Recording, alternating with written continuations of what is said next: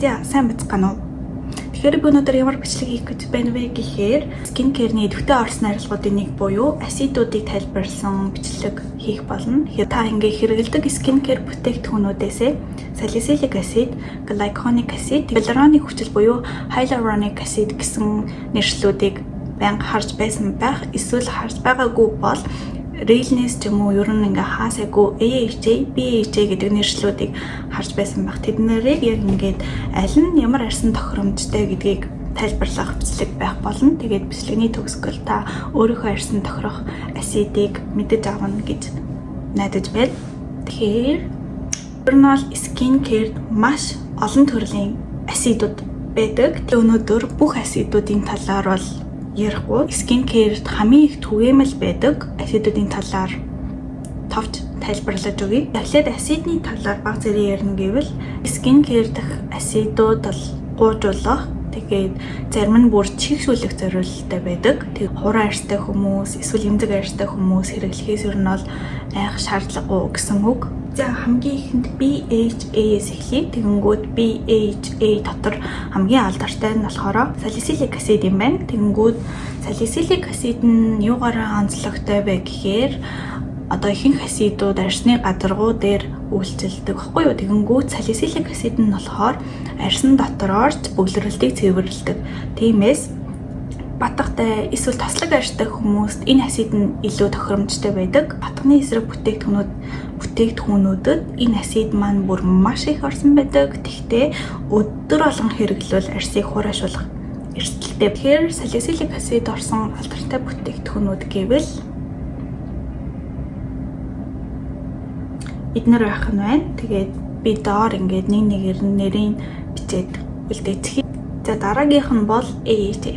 Хамгийн алдартай асид буюу AHA нь арьсны гадаргуу дээр ажиллах зорилттой байдаг. Арьсны үхсэн эд эсүүдийг уужуулах зорилттой гэсэн үг. Тэгэнгүүт AHA дотор хамгийн алдартай байдаг 3 асид нь бол glycolic acid, lactic acid, тэгээ mandelic acid гэсэн 3 асид. Glycolic acid нь болохоор хамгийн хүчтэй асид байх нь AHA дотроос арьсыг илүү гэрэлцэн толгоор харагдуулах үйлчлэгээ үзүүлдэг. Гэхдээ энэ асид нь жоохон хүчтэй учраас ер нь бол эмзэг хуран арьстай хүмүүс бүр маш болгоомжтой хандах хэрэгтэй. За дараагийнх нь болохоор lactic acid.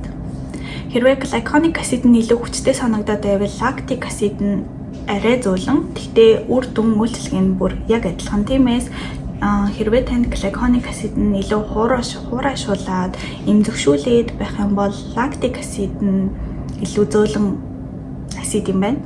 Тэгэнгүүт сүүлийнх нь mandelic acid. Энэ нь AHA дундаас хамгийн зөөлөн асидуудын нэг. Тиймээс хэрвээ тань өмнөх хоёр асидууд хэтэрхий хүчтэй санагдчихвэл mandelic acid нь эмзэг арьсанд тохирно. Тэгээ дээрээс нь дөнгөж skin care хийж эхэлж байгаа анхлан хэрэглэгчдэд mandelic acid нь илүү тохиромжтой байдаг.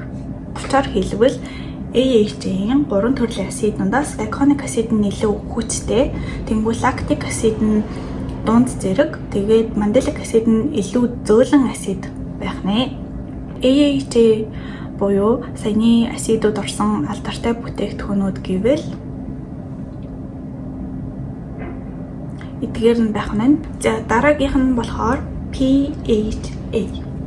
Энэ нь AHA-тэй яг төстэй үйлчлэгээ үзүүлдэг ч гэсэн илүү эмзэг арьсанд тохирсон асид юм байна. Тэгэнгүүт rosacea буюу одоо ингээ хэтэрхий эмзэгшилттэй арьс байдаг штеп. Тиймэрхүү арьстай хүмүүс ихэнхдээ PHA-г сонгож хэрэглэдэг. PHA дотор 2 алдартай асид байдаг юм байна. Ихнийх нь болохоор gluconolactone, тэгээд дараагийнх нь болохоор lactobionic гэсэн 2 асид байдаг. Gluconolactone нь болохоор арьсыг бүр маш зөөлөн гуйжуулдаг. Тэгэхээр цайны AHA-г хэрэглэхээс жоохон айж байгаа ч юм уу хүмүүс байвал PHA gluconolactone асид орсон бүтээгдэхүүнүүдийг хэрэглэж үзвэл зүгээр байх нь байна.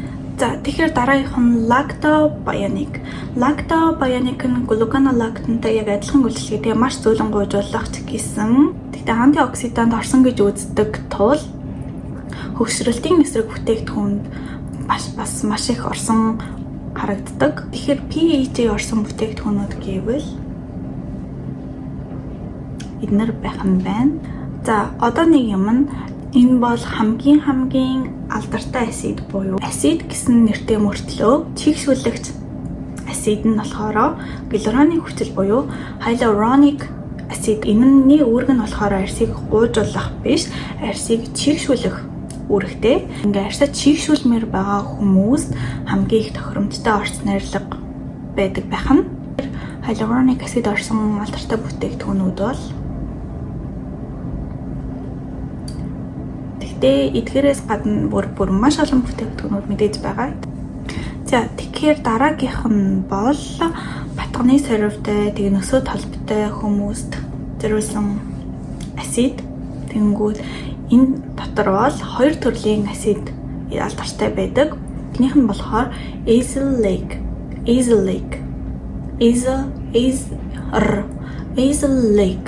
гэсэн асид байгаа. Тэгээд за azelaic нь болохоор батга, улайл, тэгээ нөсөө толб гэдэг бүр маш олон зүйлд тусалдаг. Тэгээд дерматологистууд ер нь бол хамгийн их зөвлөдөг асидуудын нэг.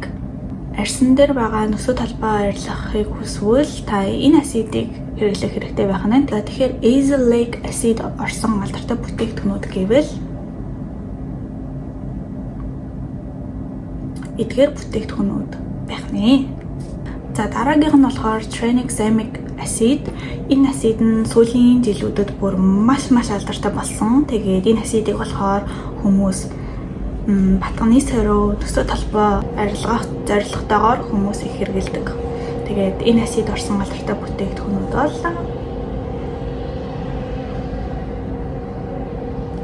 эдгээр бүтээгдэхүүнүүд байна.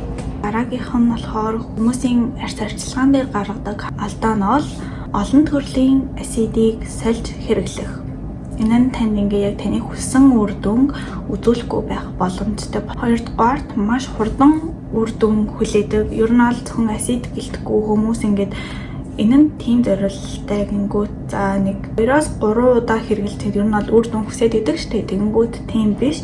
Ер нь бол та тууштай тэгээ байнга хэрэглэж ид үр дүн нь мэдэгдэх үед гардаг. Тийм болохоор ямар нэгэн бүтээгдэхүүн хэрэглэцгээд шууд үр дүнг нь хүлээгээд за энэ ямар ч үр нөлөөгүй юм байна гэх юм бол ер нь бол ямар ч бүтээгдэхүүн танд үйлчлэхгүй гэсэн үг.